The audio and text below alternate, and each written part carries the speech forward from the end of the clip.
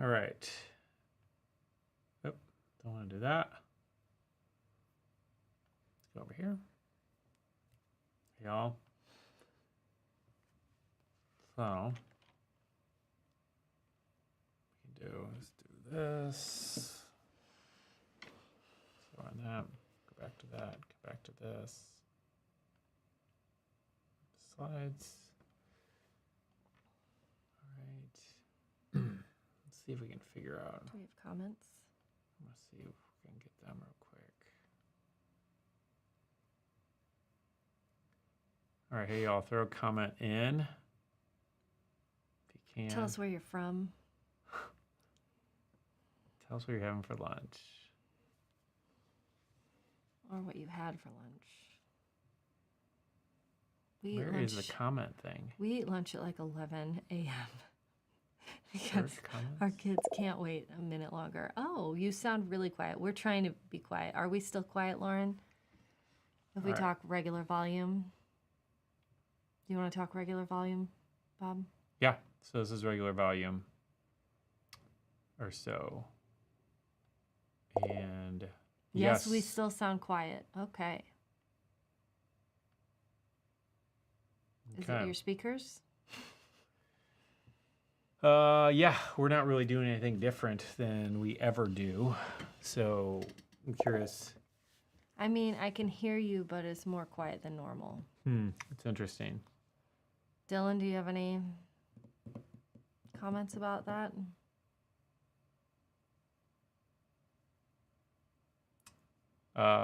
Test 1, 2, 3, 4, 5, 6, 7, 8, 9, 10. 11, 12, 13, 14. We know how to count. Is Dylan here? We haven't heard from Dylan yet. Dylan's doing a bunch of work, so I didn't know if he would come or not. Oh. He's trying to get some why stuff did it done. say it looked like there were two watching? He might have logged in. Oh. Okay. I don't see any other knobs to turn to get our volume up any louder. So we can click this. Watch this. Yes, quiet on my end too. All Darn right. it. Okay, we can click what? So We just saw his comment. They just popped up. add to broadcast. Watch this. There you go. Is it going to show? Is it going to show our comment? It's supposed to. Maybe not. That's interesting. Can you guys see your comments showing up? I wonder what the lag time is here. Yeah, it's probably 20 or 30 seconds, I would guess. Yeah. Let's pull it up for us too. Okay. See if it's quiet on our end. In the chat box, yes. Sorry, I did something where it should display on the screen, but yeah, we thought it was going to display on the screen. It had up your picture and then like a blank space next to it, and we thought it would show your comment in the space. It was like a grayed out box or something. But it didn't show that on there, which is weird. library. Come on. I saw my face, but just the blank box. Yeah. That's weird. what we saw too. I don't know why it's doing that. All right. Seems like it should put your comment in there. What if I star it? That's nice that we can star them though. Yeah.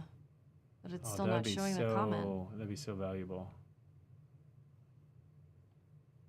I'm gonna leave it up for a second, see if it fixes that.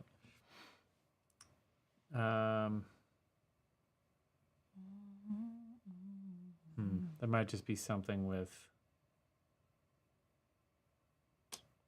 this channel. Yeah, anyway. Okay, I'm gonna get started in a second. I'm trying to figure, I wanna hear it on our end. Your account.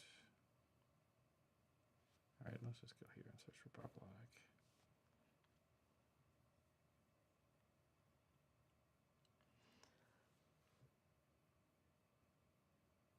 It's weird to me that we can't see your faces. All right, let me find that link.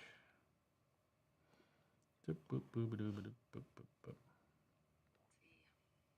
Your faces. All right, let me find that link. There we go.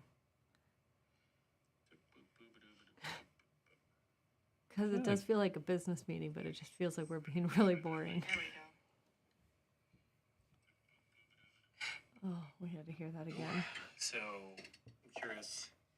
I mean, I can hear you, but it's more quiet than normal. It's interesting. It sounds, Dylan, do you have any? the volume sounds fine over here. I think it sounds pretty good.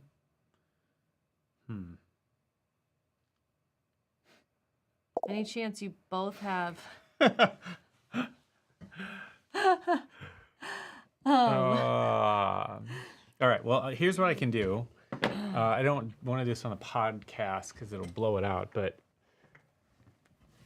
I can turn our volume up like that. Let me know if you guys think that that is better. Like I'm trying to see, are we redlining? If we go, yeah, we're getting pretty close to peaking. But how's it sound? It's better? Yes, that's better. Great. Dylan, is it crunching at all? Are we doing okay? Especially when I get loud? I don't think you're going to get that loud. I don't know. Sometimes when I laugh, Sometimes you, yes. I get do loud a when I laugh. laugh. Ha ha ha! Better. Better? Sounds like you normally sounds. Okay. All right, great. So we just need to make a note in the thing to... Okay. So turn up the...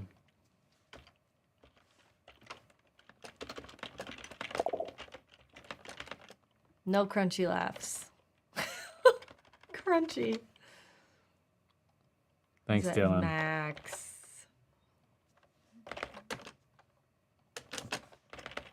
All right, great. Okay. All right, do you want to start this? Can I restart We're- the timer? 7 Restart the minutes in. timer. All right. Okay, great. Good? Yep. All right, hey, everybody. Thanks for being here. Thanks for joining Are us. we doing this the way we're really going to do it? Yeah, let's just go for it. Oh, okay. Energy. Yeah. All right. So, tell us what your shoe size is and the name of a pet that you've never owned that you would like to own. The name of it? The name of a pet that you've never owned that you would So like your to fake own. hamster that you've never actually owned. Remember what that would you name show it? we saw last night where she was a cat lady but had never gotten She had a never cat? gotten a cat. She was She's wishing. like, someday I'm going to get a cat. Someday I hope Yeah. to get one. So right. tonight what we're going to be doing is an actual workshop. 10 alligator. Alligator and giraffe. There you go. That'd be fun. Size 9 and a giraffe. So it's going to be a workshop. So we're actually going to do stuff. We're going to do work. Yep. It's not just going to be sit there and listen to us, but actually take action and do stuff. It's going to be interactive. Yes. Or Please don't. we want it to be interactive. Yeah, we want it to be interactive. Please put stuff in the comments. We will be checking them and commenting on our favorite comments. Yeah. Yes. At least I will Bonus be. points. We might even have, I don't know, maybe we got some giveaways for the best commenters. I don't know. We'll talk to our people and see. Grab your spouse if you are here by yourself and you're married and your spouse is in the other room watching football or watching Gilmore Girls or whatever. What? Or another YouTube channel. That's what you would watch. Sure. Tell them to shut that off. Anyway, yes. Not as important as this. Well, yeah, and we're gonna make this fun. So, in the chat we have two people who are gonna be helping us out as well. So Dylan Drake, who's on our team, and he's gonna be helping out, moderate some stuff, and watching Gilmore Girls play football, and then Lauren Cantoni is gonna be helping out as well. So both of them are gonna be helping answer questions Yes, that they're we on our can't. team. And they're both awesome. amazing. And huge assets, and we love them. So the slides are already on, so I don't need to do that. Should it be showing our face at this? I It think should it be. should be showing It our should be, face. and Okay, I messed but up. you just forgot. So yeah. Okay, so do you want to write that on your notes? Yeah, I will real quick. Okay.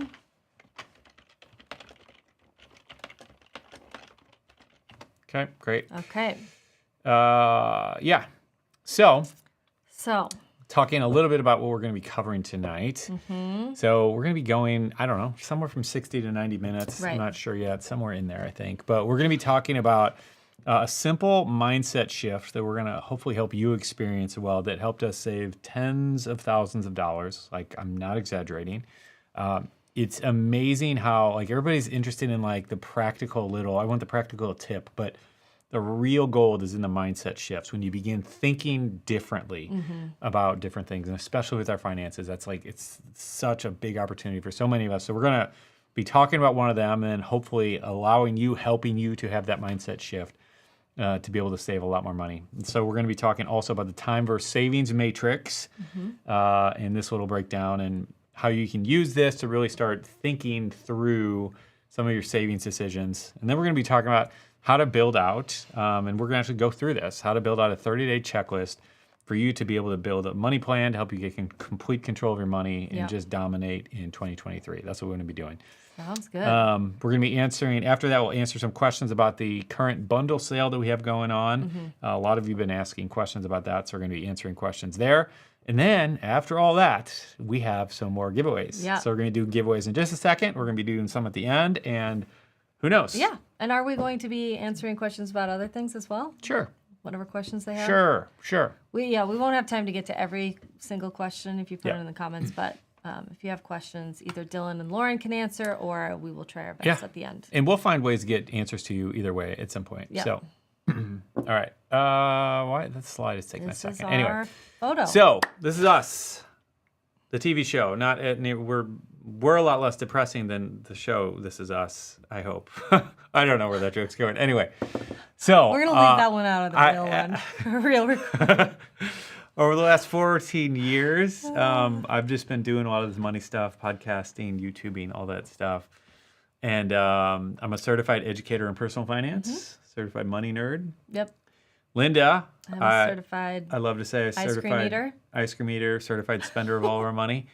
And she's also the chief executive encourager. That's right. Like she's got a natural gift of encouraging and drawing people up, including myself. And I'm a much better human being because I'm married to her. So you're welcome. So I'm glad that you get to have her here with you because, she's a value. But anyway, she's really great at speaking to maybe your spouse. He just drug in from the other room watching football or Gilmore Girls, helping them understand. Reason is because Bob had to drag me in here from watching Gilmore Girls. So she can relate to your spouse who's like, I don't want to be here. I don't want to be listening to these two. I don't want to be listening about money, whatever. So anyway, with all that. Are you looking at these notes? Nope. Okay. Okay, so now we want to know. Let us know in the comments which of you is the money nerd, like Bob, and then which of you is like me and is just not that interested. Maybe you're on your own. If you're on your own right now, tell us which one you are. We need a word for them to write there. Okay. So we need to make it like, what is the one word they can each write? Or two. Money nerd. Or yes or no. Are you a money nerd like Bob? Yes or no? Money nerd mouth breather. Are you more like Bob or more like Linda? You didn't laugh at that. That's I know, really because funny. I'm trying to like get this clear. So I hope they laughed at it. what do you want to do? All right. Money nerd or TV watcher? I don't know. We'll figure that out. Okay. I would do that. I don't know what that is. Too It's far. too long You of a have to delay. be You more gotta- specific. Okay. I will do it. What slide are we on? Do you know what number this is? Okay, I'll just figure it out. All right. Okay. They can just say yes or no. All right. And so, okay, now, and this might be the same, but like who is a saver, who's a spender? So just type in, are you a saver, are you a spender? Okay, great. Yeah, and you can write both if you're both, right? If there's somebody, if you have one of each in the family. Yeah. All right, is so watching. with all that, let's kick this thing off right. Yep. We're going to pray, and then we're going to dive in. All right? So, God, I just pray that you would move on each and every person who shows up to this thing. I pray that you would use it. I thank you that this is more than just a nuts and bolts of finances, but we think this is holy. We think this is eternally significant. This is really, really important in your book. And we understand that, and we trust that you're going to move, that you're going to speak to each individual on this thing, Lord, and do a work that is so much bigger than anything that the four of us can all pull together and cobble together in a little workshop. But I pray that you would do significant, major life change in each and every person who's here. Get the right people here, Lord. Everybody needs to be here in Jesus' name. Yeah. Amen. All right. I lost my slide thing. There we go. All right. So time for our first two giveaways. And I did not put these in there. So Is this the social butterfly and the... whatever. So at this point, y'all, we are just going to hopefully have the names in here so we can just announce them. Yes, is that correct, Dylan? And then we will go Or from there. who's going to have the names, Lauren? And so we're going to announce them, and then Lauren, I'm assuming you have some way of contacting them. Or We're going to tell them to we'll contact tell us. them that you'll reach out or something like that. But that would be good if you can send us what to say there, I think. Buddy and social butterfly, right. So yeah. So Lauren, if you can send us what to say, we don't need to do it now. You can save some notes and give them to us afterwards. All right. So now that we have the giveaway out of the way, I keep missing my slides. So we're gonna dive in, and we're gonna start by finding some big money-saving opportunities. And the way this starts by changing the questions that you ask, because I think so many of us ask the wrong questions, and we Right. find results to the questions that we ask. And so if you want different results, you need to begin changing the questions that you're asking. And so when it comes to saving money, I think far too many people are asking the wrong questions, okay? So we're gonna start by this time versus savings matrix, Are you going to okay? hand me that iPad? Well, we're not there yet. We'll do that in a minute. But and so we have this little matrix here. And so over here we have less time, or where am I at? Yeah, am I in the right one? There we Love go. that you So if I go over here, are using okay. the word matrix because that is your favorite movie. Sure. All right, so over here we have less time. Over here we have more time. Less money, more money. Okay, so we can spend little time on things that yield little money savings, or we can save little time on things that leave a lot, or more time on things that leave a lot, or more time with a little. You get it. Point is, so the question for you right now is, if you think back to some of your current money saving activities, things that you're doing, it's like, I'm doing this to try to save money. Like whatever those things are. Like where do you think you fall in this little matrix? Where are those things landing, okay?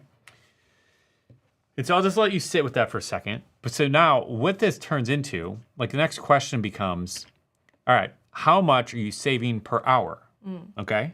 With whatever one of these things are. And this is a way for us to kind of quantify this whole thing. And so that's where this becomes really, really interesting and important. So what we're going to do is kind of look at a couple different examples of what this might look like, okay? And I So will write them down for I'm you going to come see. over here, whip up our little iPad thingamajigger. So let's just say you're one of those people who will drive 5 miles out of the way to save a little money on gas, to get gas for 3 or 4 cents cheaper. Like we all know one of these people. Or a lot My of dad them. is that person. Everybody knows somebody like that where it's Yeah. like, oh, gas is 3 cents cheaper over there. I'm driving all the way to the other side of town. And let me start by saying our goal in this isn't to, we're not making fun of anyone who does that, but the goal is to reevaluate how we're making these money decisions and to really just optimize for the ones that are going to yield the biggest bang for our buck. So let's take Right. this situation, okay? So let's say you drive 5 miles out of the way to save $1 in this case. You're going to save whatever, 3 or 4 cents per gas. We're going to break this out. So let's say you drive $1 and it's going to take you 15 minutes, 7 minutes there, 7 minutes back. So 15 minutes of your time spent, you're going to save $1. So that's like a quarter of an hour, Oh, wait. okay? Yep. And so what we have here, if we break that out, it turns out to be in about $4 per hour. Are you having a problem? Oh, yeah, it's $1.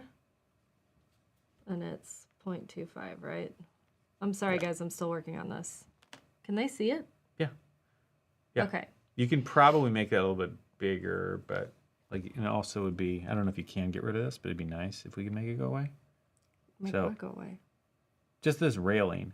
Because like they're seeing the whole Oh, screen. okay. And so if it's just a white screen, it's a little bit nicer. How do we get rid of this? I'm sorry. This is why we're doing Okay. it. Okay. So anyway, yeah, so $1 divided by a quarter hour gets us about $4 an hour savings. So your time, what you're earning back on your time spent of driving to the other side of town to get gas to save 3 cents or whatever it is, comes out to be about $4 an hour. Now, I hope that in your day job or whatever work you're doing, you're earning more than that. But let's look at a different example here. So let's say right now, if you have a mortgage, mortgage interest rates have been going up quite a bit. So you probably aren't going to be in this situation. But let's say that you could get a 1% lower interest rate than what you have right now on your mortgage. And so again, might be a hard thing to do right now since rates have been rising, but once they start dipping again, this is possible. And by doing that simple act, reducing your interest rate on your mortgage, like that could easily be a $10,000 savings, $20,000, honestly, $40,000, $50,000 in some cases. And the amount of work that it would take to actually do that, to go fill out the paperwork, talk to the banker, go to closing or whatever, all the different stuff you need to do. Like it might actually only be 5, 6, 7 hours of work, of actual time spent on that task. And so I want to just kind of break that out a little bit. So let's just say that, just to make things nice and easy, we'll just say you save $10,000 doing this. And we'll just say that it takes you 10 hours of work, okay? And so you do that, and we divide that out, and that turns into a $1,000 an hour task, okay? So the point here is that this one task yields 250 times more money per hour than the other one, than chasing down cheaper gas across the other side of town. And again, the point isn't to say, don't try to save money on gas. Like that's not it. I'm not, throwing smoke at that. But the point is, what are the big opportunities that we have, and how can we start looking for those bigger opportunities rather than all the really small ones? Like reusing our Ziploc bags or like whatever the thing might be, like to just save a few bucks here or there. Like what are the things that you can do to save hundreds or thousands of dollars, right? Mm-hmm. All right, did you get all that? All right, so here's what you need to know. So you need to be checking up over here. Okay. And so if that's a problem, I mean, I don't know if you remember this, but if you go to here, go to the next slide, it'll take that off. Okay. So what is going on here? These are 3 different scenes or 4 different scenes. I also need to, okay. I'm sure you probably can't see that, but this goes back and forth between these different scenes, okay? Okay. So this is the intro one. This is the camera and slides. I swip between those. This is the iPad with the picture-in-picture of that, and then the iPad only. All right. Okay? So what I'd love for you to do is try to keep that thing off if you can. Okay. Oh, my. All right. And so this makes it go away. Okay, Right. right. And How do I then delete all pay this? attention to that, or Yeah. just try not to write in that corner. Anyway. All right, I need to figure out a different way to do it. Okay, sounds good. All right, so where am I at? Okay. All right, so the next question is, why are we so bad at prioritizing our financial wins? Okay, and I'm convinced it's because mindless financial busy work is actually much easier than using our brains and actually making some critical thinking decisions. And our brains just enjoy not having to work. And, and so we get into this thing of it's like, it feels good. I'm saving money when I drive across and I get 3 cents less on gas or whatever.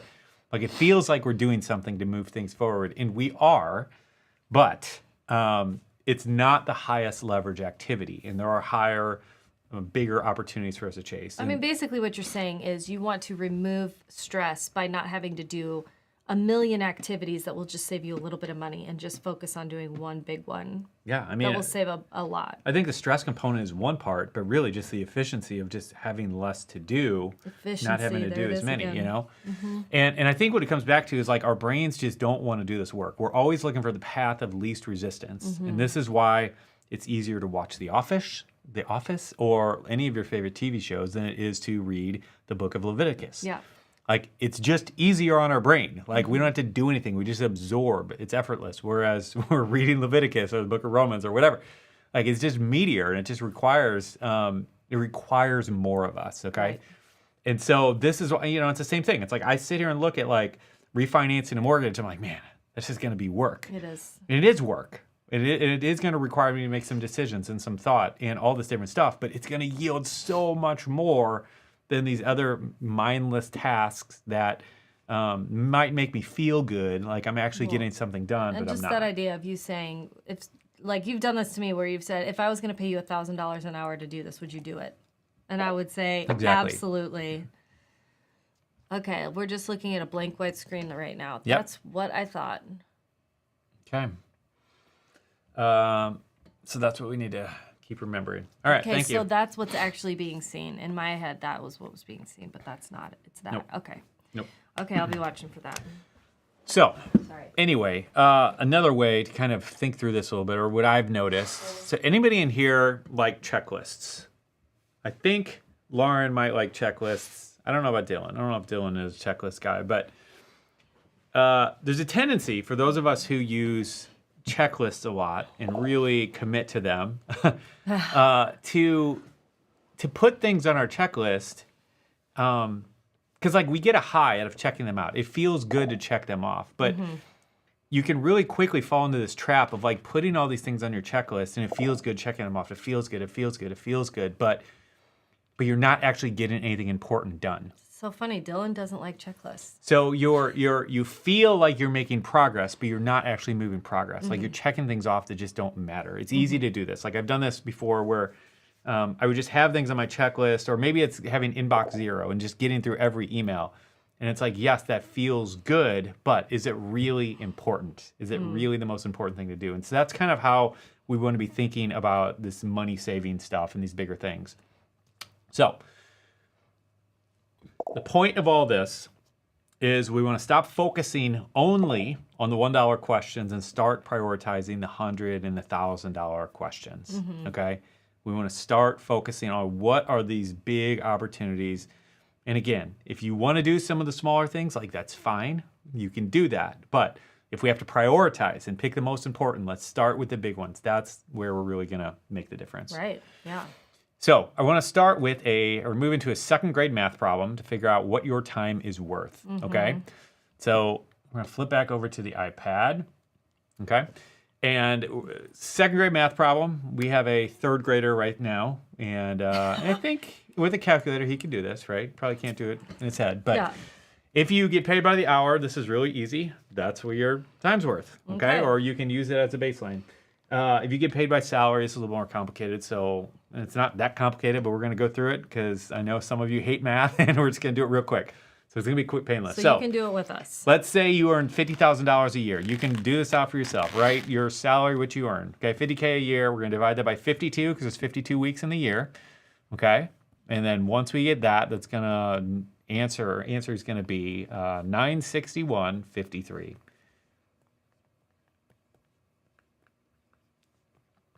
Okay, so that's how much we're earning per week. Okay, so now ask yourself, how many hours do you typically work in a week?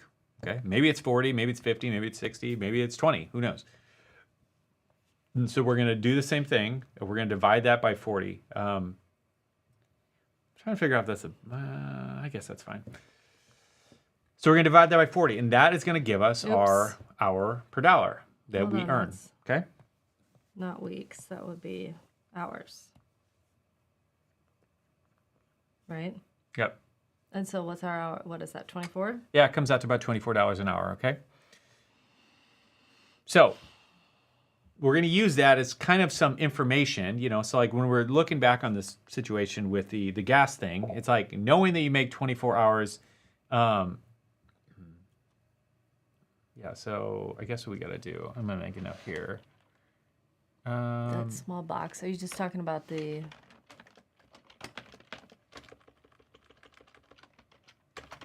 Back to regular slides. Yep. I'm going to try to make notes here, Lauren, to do this. Let's see if we got some over here. 1 second. Bear with us.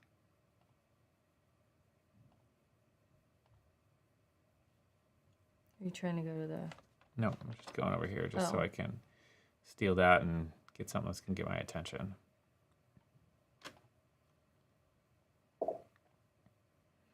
It's not bad unless you write underneath. Yeah.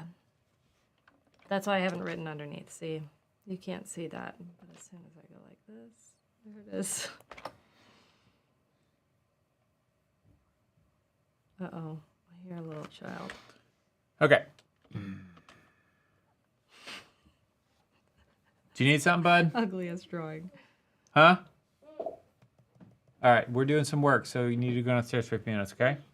Mama, Yeah. I'll take him. Come here. I'm really hungry still. All right, I'm going to need you in a minute, so I'm going to keep going, okay? So, years ago, I had a good fortune of just kind of being mentored by a millionaire school teacher. And one of the things that he told me that really stuck with me is that, hey, can you get him out of here, hon? It's really distracting me.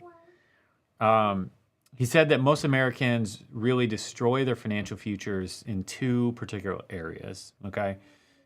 Destroy their opportunity to like really advance financially. And the first one that he mentioned, I'm going to get to, well, I'll just go to it now, which is cars, okay? And it was really interesting. He just talked through this to me, and I've since done more and more research on this, and it's absolutely fascinating. So the average yearly cost to own and operate a new vehicle in 2022, and it's 2023 now, is $10,728 per year, okay? So in order to own and operate a car, it's almost $11,000 per year. This is really, really interesting to me. And yes, sorry, Lauren, still forgot to do that. There we go. And, you know, within that, the average car payment is $700 per month or $8,400 a year. And so that makes up the bulk of that is the car payment there. So knowing this, there's just a huge opportunity to save a lot of money here. And his point was basically that if you just break out of the new car cycle and you just aren't always driving a new car and you get comfortable with driving a little bit of an older car. And I remember pulling up to his house and like having a meeting with him and realizing that my car was like 5 years newer than his. And his car wasn't like a hunk of junk or anything, but it was just that I was pretty much driving a brand new car. And here's this multimillionaire teaching me about money. And I'm driving a new car and he has a little bit older car than me. And I remember like being a little bit embarrassed, like walking out. But it was like a really powerful lesson that just forever changed how I think about cars and the money that I spend on cars and all this stuff. And so the point is almost $11,000 a year being spent on a car. There's a lot of money to be saved, okay? And so I want to know in the comments, and Lauren, any chance you posted this question in the Facebook group yet? That poll question I sent you the other day. But I want to know who here has a car. Say yes if you have a car payment on a car that was built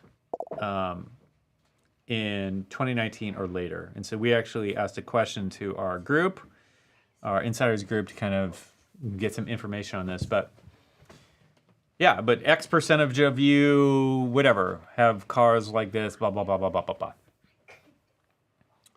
So the opportunity here is, you know, and this falls into the category like refinance your mortgage. Like this isn't easy. This isn't something you're going to do in 5 minutes. You know, it's going to take some time. But the dollars per hour savings, if you have a car that's 2 or 3 years old and you have a car payment on it, if you were to get something a little bit older and still really nice, the dollars per hour savings is just insane.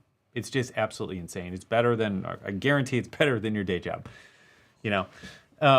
And that's the thing. That's the, you know, and I'm not telling you to sell your car. I'm not telling you to run out and tell your spouse we're going to sell our car. But it is something to think about. Like just entertain the thought of this and how much money you could actually save by doing it. And so like right now in our garage, there's an 8-year-old car and there's a 10-year-old car.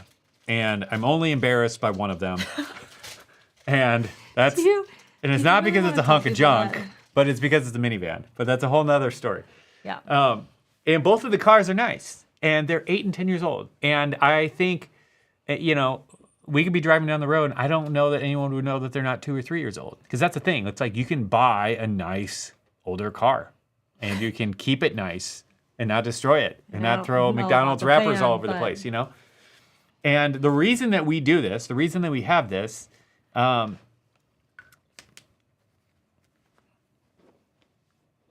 are you? sorry, I'm just thinking through something. Let me rewrite this.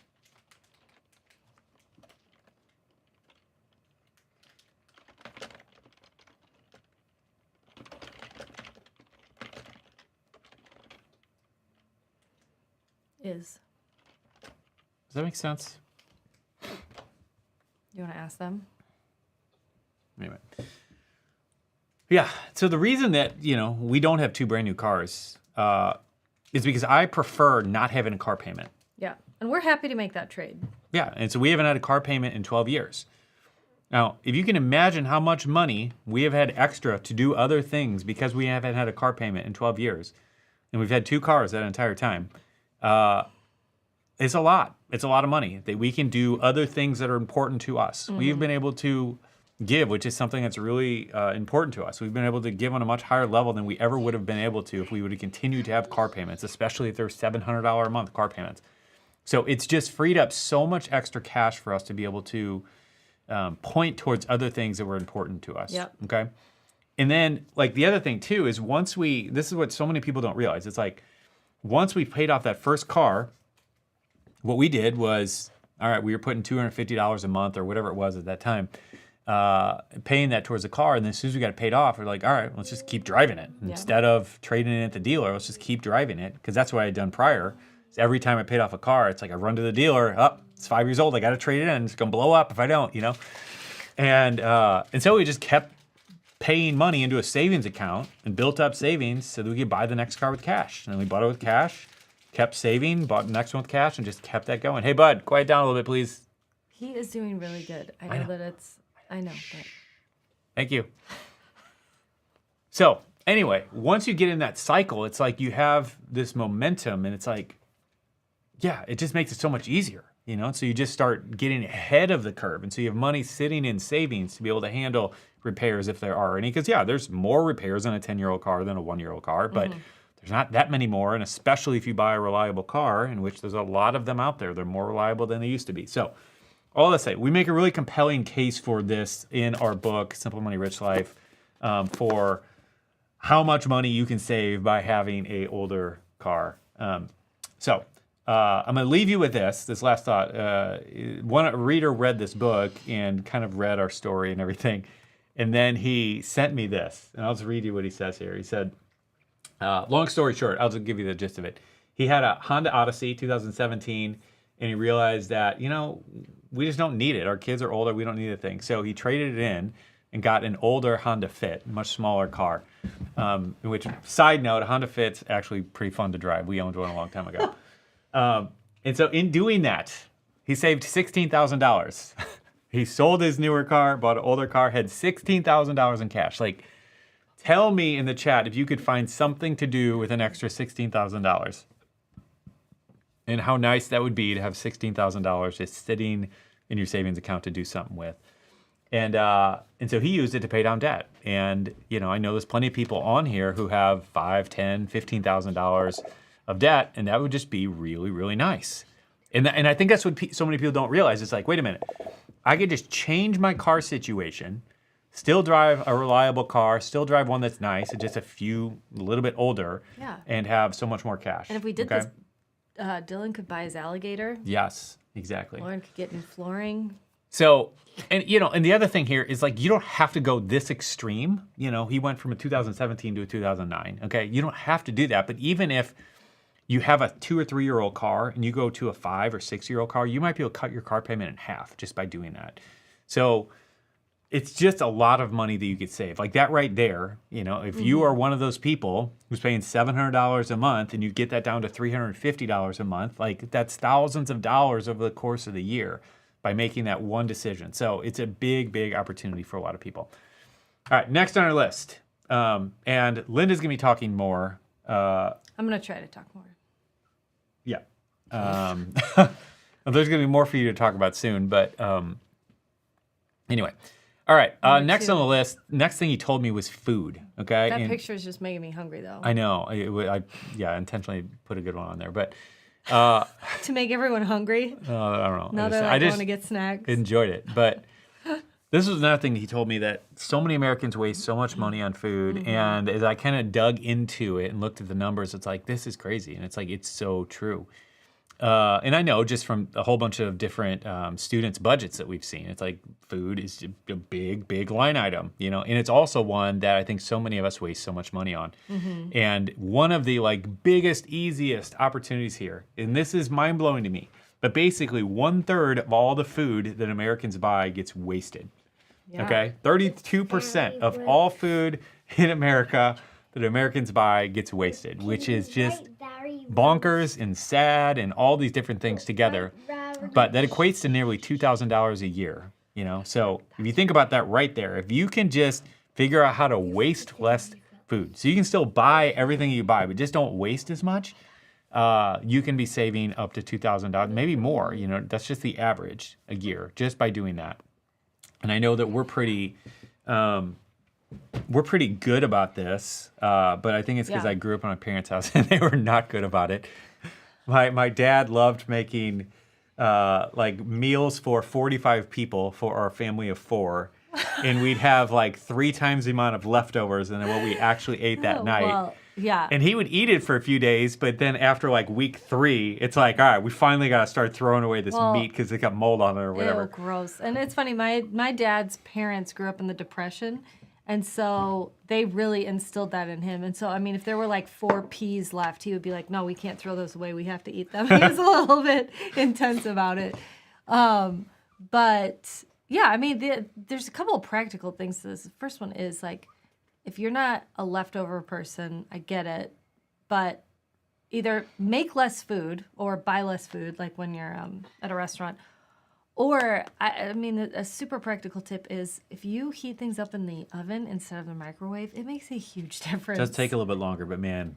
It is such a big difference. It's We night and day. never use a microwave for a variety of reasons, but one is that it just doesn't make anything taste good. Like I know it's a little bit faster in an oven or a toaster oven, but anyway, we're getting way off here. But I know, the point but it's is, just a super practical way of it is You know. it is a really simple thing that that you can do to make your food taste a little Yeah. better. But And just be aware of how much food you're making if you don't need to make that yeah, much. but like if you are someone who eats out all the time, making more food at home, and it's like you hear this all the time, but it's just true. It's Yeah. just true. If you can just make more food at home, if you buy more things when they're on sale, like this can be hundreds of dollars of savings, like Yeah. you know, over the course of a month, just by doing that, buying things when they're on sale. So what is this?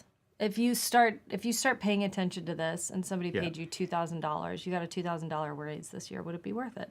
Yeah, no, I mean absolutely. Right? How much is that a month? Yeah, and it's like if you want to do coupons, like there's plenty of options there. Like you know, that falls in the category of dollar per hour for me. That I'm like, I just don't know that's worth it. But depending on where you are, that might be a great use of your time. You know, because there's some crazy couponers, as we all know, who can. I've seen people who go to Walgreens, walk out with Walgreens paying them money for stuff. Like I don't understand. Yeah, that is crazy. Google it, find out about how they do all that. But the point is, there's a lot of money to be saved when it comes to our food. So, number 3 on the list I'm is sorry, hang on. Don't do that on the couch, bud. having a broken spending plan. Okay, so I've been helping people with money really for the last 15 years, like we said. And from our 1,000+ students that I've helped in this capacity, I estimate that most Americans, average Americans, who do not have an effective or a broken spending plan in place can save $3,000 to $5,000 a year. Yeah. Okay. And we've seen this so many times over and over and over. I'll tell you some more of those stories in a little bit, but I think the thing is, like, no one ever believes me, and I didn't believe this either. Like, like no one ever believes it until they experience it, and they're like, "Whoa," you know. And I think, like, for me, I didn't believe it. I just thought, well, I'm good with money. I'm pretty diligent. I'm on top of it, and so I don't need to do all this formal budgeting. And Well, like, and you think know. you know what's going on. Yeah, like I know where my money's going. Like that's another thing people say all the time. But like if you're not actually tracking it, like it's just not true. You're going to be surprised. Like you don't know exactly where everything is going, you know? And you know, and this is a whole nother thing. Like, you know, we talk about this all the time, but like the simple act of paying attention, like they've proven this out to be true. It's like Pearson's law says, whatever something is measured, it improves. Whatever is measured improves. Okay, so this is why you go to a nutritionist. They have you write a food journal, and just the mere fact of writing down what you are eating as you're eating it forces you or causes you to eat better. Like you don't have to try to eat better.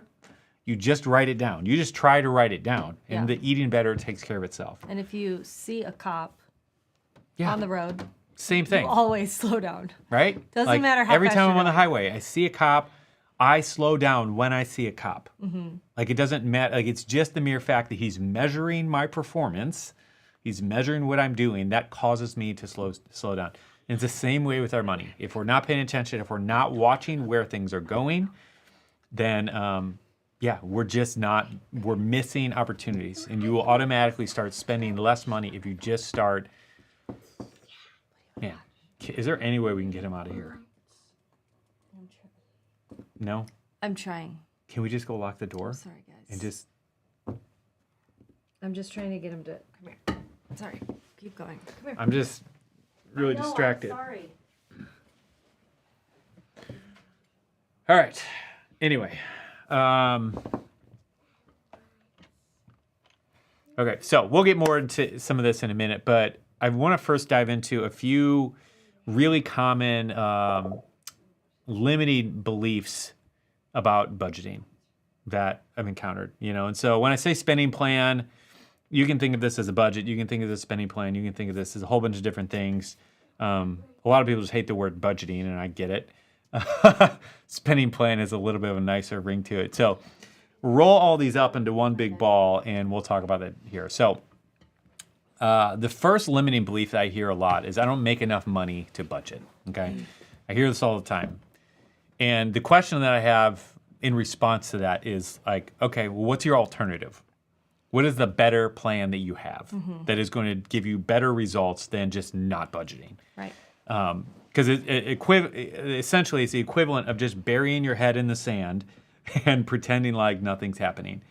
And so, the analogy that I like to use for this is like if you are on a canoe in the middle of a lake and you discover, all right, I have 3 holes at different ends of the boat, or 5 holes at different ends of the boat, and they're leaking. It's like, what are you going to do? Like, are you just going to let it fill up, or are you going to try to plug 2 or 3 of them, knowing you can't plug all of them, like, and do your best? Right. That might just be enough to get you to shore and to not sink in the middle of the lake. But if you just sit there and let the water rush in, like, you're going to sink right there in the middle of the lake. So that's what this is. Like, if you don't have enough money, because yes, it's easier to budget when you have more money. Like, it's just easier, no doubt. But if you don't have enough money, you feel like I don't have enough money, like, the point is, like, you still need to try to do something. You want to try to make it less bad. You know what I mean? Make a bad situation less bad.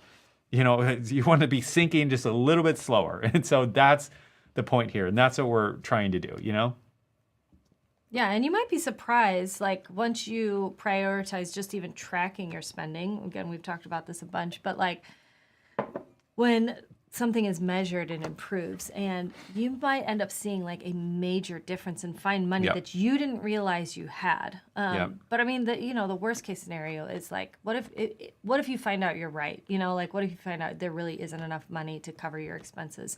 But what's good about that is then you have some information that you can now go to the Lord with and, like, stand on the Word of God. And I mean, he calls himself our provider in the Bible, and you can just remind yourself of that. Just keep that in the forefront of your mind over and over again.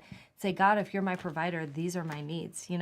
So I mean, we found this to be true over and over again. Like, we've seen it happen. Yeah. When we thought we didn't have enough money, and God provided a way for us to, to supply our needs. Yeah, exactly. So the second one is that budgeting is too hard and time consuming. yeah, I mean, this was a big one for me, I think. But I'm going to have to read, guys, because I don't have this memorized yet. But while it may take some effort to get started, it will actually save you a lot of time and stress in the long run by helping you make informed financial decisions. So you might want to focus on the less daunting parts of budgeting first, like do the fun stuff first. You need to rewrite this. I know. And we have actually found a method that's really simple. Actually, Bob created it, and I really approve of it. Can you scroll down for me? I can. Okay.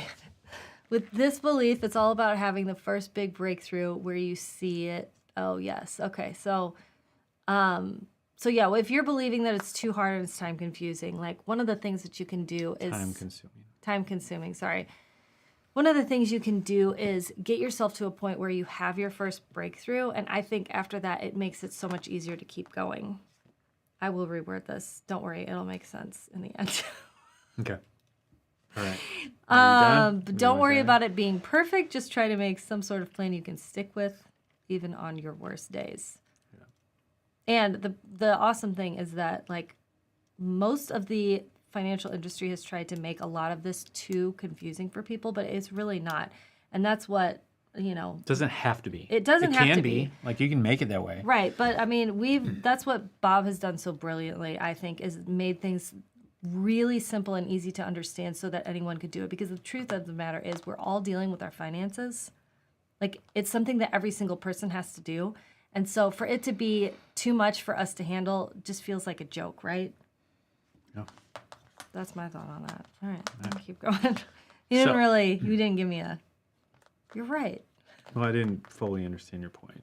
Oh, So, I mean, we're all parenting, so there's got to be, it can't be too crazy hard. We're all doing a lot of things that it feels, anyway, I'll get it. okay. All right. Do you have notes?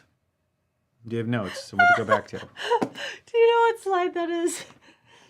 Or what point it is? Budgings. Okay. It's not showing me numbers over here. Or wait, yeah, it is 18. Okay.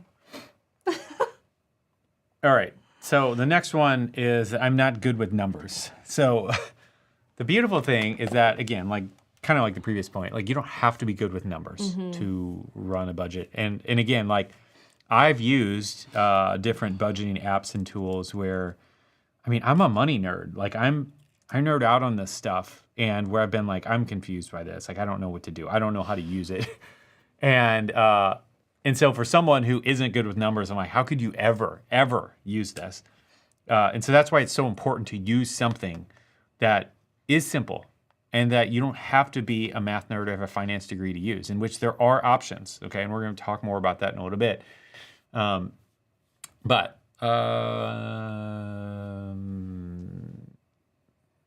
is there anything you want to add or not? I don't know. I'm like,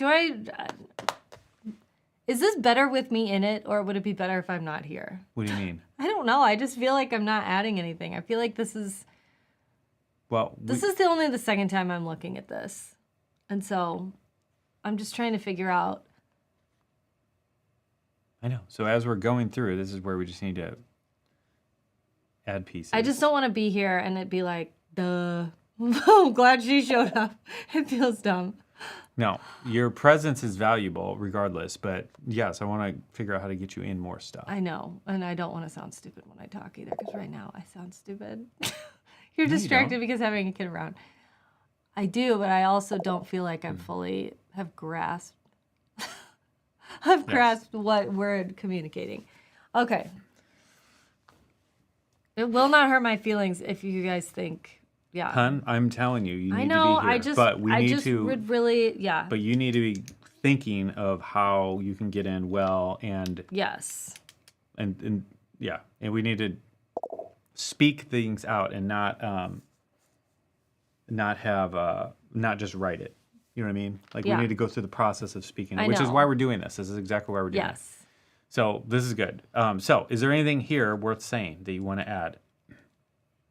So what I was going to add here was 2 Corinthians 3:19 says, when we are weak, he is strong. Okay, I know, but like come off of this where I just was, like does that know, but I'm transition and just- feel right? I don't know. We can go through this later. All right. I don't feel I'm just not solid. Okay.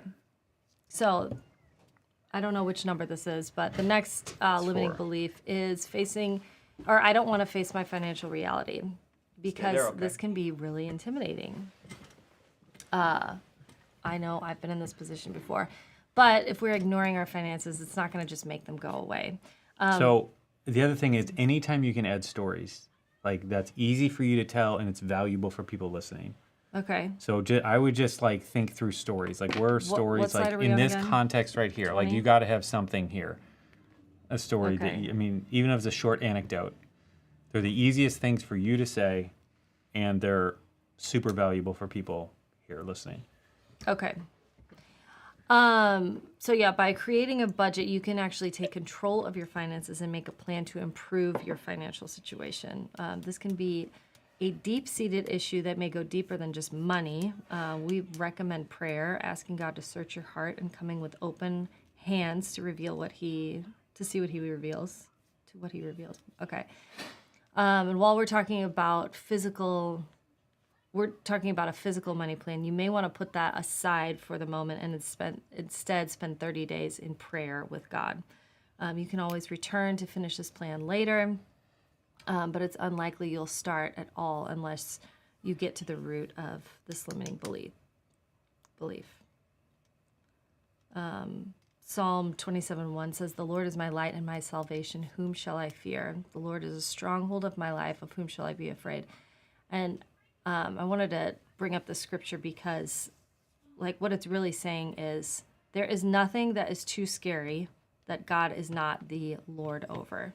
I mean, when we are looking to him, we don't have to be afraid of anything else. So the more we focus on him, is this making sense? The more we focus on him, like, this issue will pale in comparison. And also, I think bringing this up to the Lord, it just brings it out into the light and it lets him actually change your heart and make some of those, just pull out some of those deep-rooted beliefs that might be not grounded in the Word of God. Yeah. Yes? Great. All right, and you had this one as well, right? Sure. Okay. The last one is I don't want to stop spending on things. Let's try I to do love. just a little more energy to get I'm this a little sorry. bit I know more I'm in. feeling discouraged because I just don't feel great about it. I know, Okay. but let's just keep going. It's not So about the you. last limiting belief to eliminate would be that I don't want to stop spending on things I love. We actually wholeheartedly agree with this. I think you might hear us talk about wasting money or whatever, and what we actually mean by that is we're not trying to tell you how to spend your money. What we're trying to do is say, identify the things that don't really mean much to you and stop spending on those things that you just don't care about that much so that you can free up a lot more cash to spend on what is really important to you and what you really love. So, for us, I know at one point in time, we were trying to try out all the coffee shops in Nashville because there's a bunch of good ones. And so we decided that was like how we were going to spend our money. And so we said no to some other things so that we could go do that. Things that we didn't care about. Right. Things that we were like, somebody described it, one of our students described it as plugging leaky holes. I mean, really, just like that analogy, the canoe analogy. But basically, he said, I had all these leaky holes, and I didn't know where they were, and then I found them, okay? And so that's what this is. I was like, how do we get rid of those money wasters that we're spending money on stuff we don't even know, don't even care about, Right. and then put more money towards the things that we do? Yeah. I think this is really freeing, but also building in rewards. So, when we paid off our first credit card, we went and had a little celebration because that was important to us. And also it gives you motivation to keep going. Yeah. No, it's so important because like those are the things that kept us going, especially you. Yeah, I couldn't have done it otherwise. We needed it. And so I was fine, taking 5 steps forward and 1 step back by blowing $100 on dinner or whatever, because that was the thing that kept us moving forward. Whereas if we wouldn't have done that, I It would would have have been been 100 steps forward. Yeah, if I would have and been one like, step nope, back. we're never spending a dime on anything fun. We're never blah, blah, blah, blah, blah. Like, it just wouldn't have worked, you know? And if you have a spouse, like you might have, you're very rarely married to the same person as yourself, same spending style and stuff. So and that we probably would, like the bigger wins we would have, the bigger rewards we would give ourselves. Yeah. Right. So question is, have you had or do you have any of these limiting beliefs currently?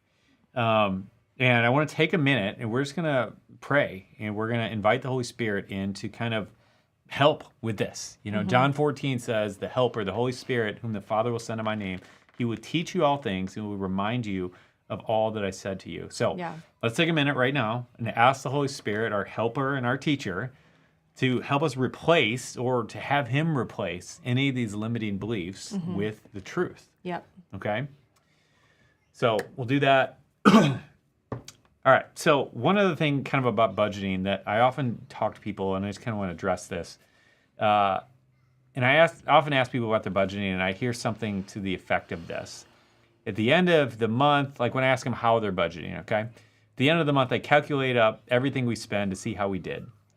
And the truth is, this is not budgeting. If you're doing this, this is not budgeting. No, it's an exercise that I guess is worth it, but it's not budgeting. It's basically documenting what happened. This okay? is honestly one of those like takes a good amount of time and it's a small win. Yeah, Right. yeah. Like it's better than nothing, you know. But the end of It's a the step day, in the right direction. all you're doing is looking at what happened in the past rather than shaping the future, if you will. Okay.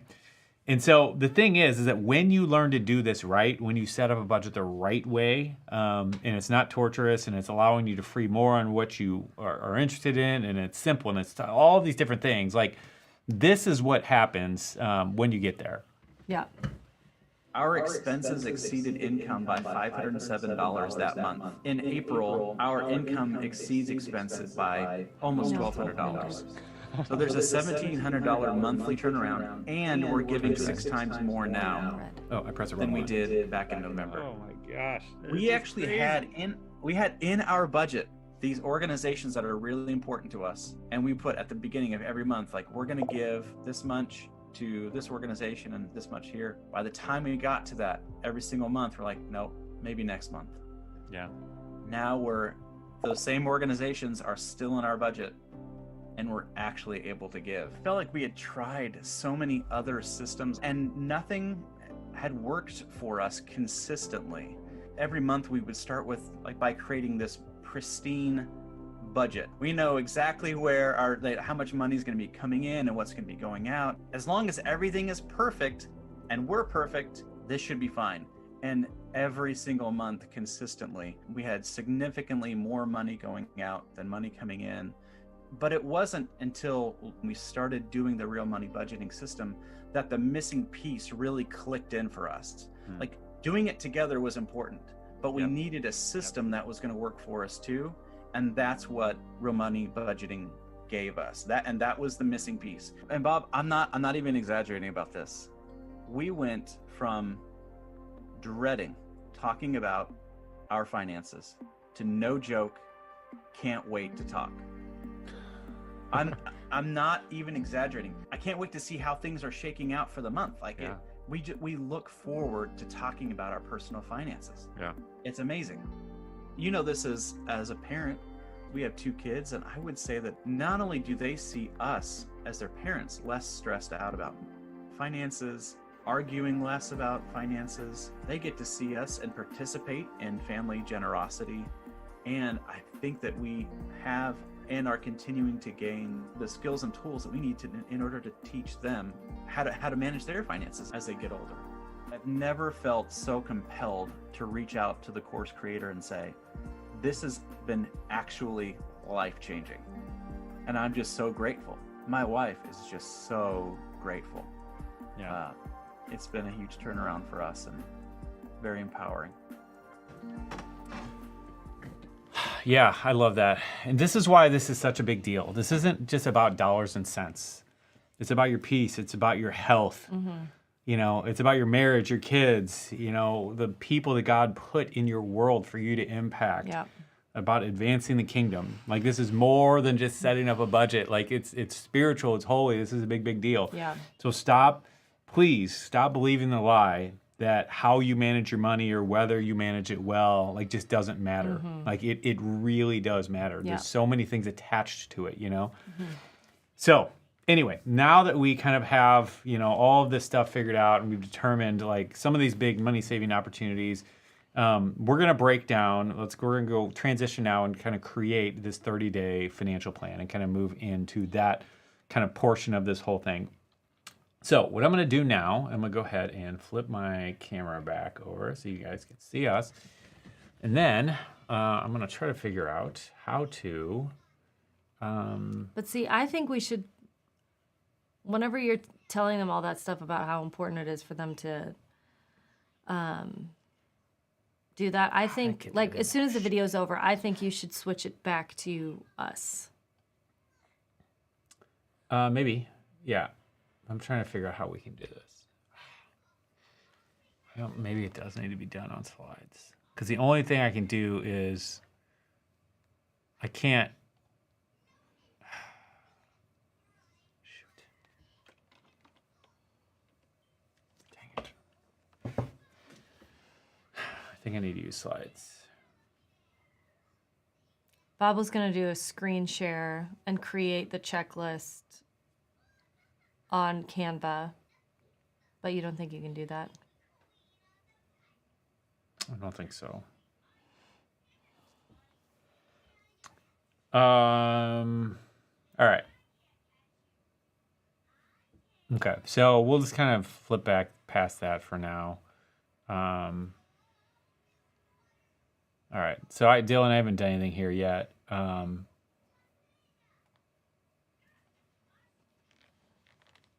I haven't worked on any of this part yet. So, kind of go through all this stuff. And then the final giveaway, which we need to get that nailed down still. We can't see your screen. Yeah, you're right. I know. Anyway,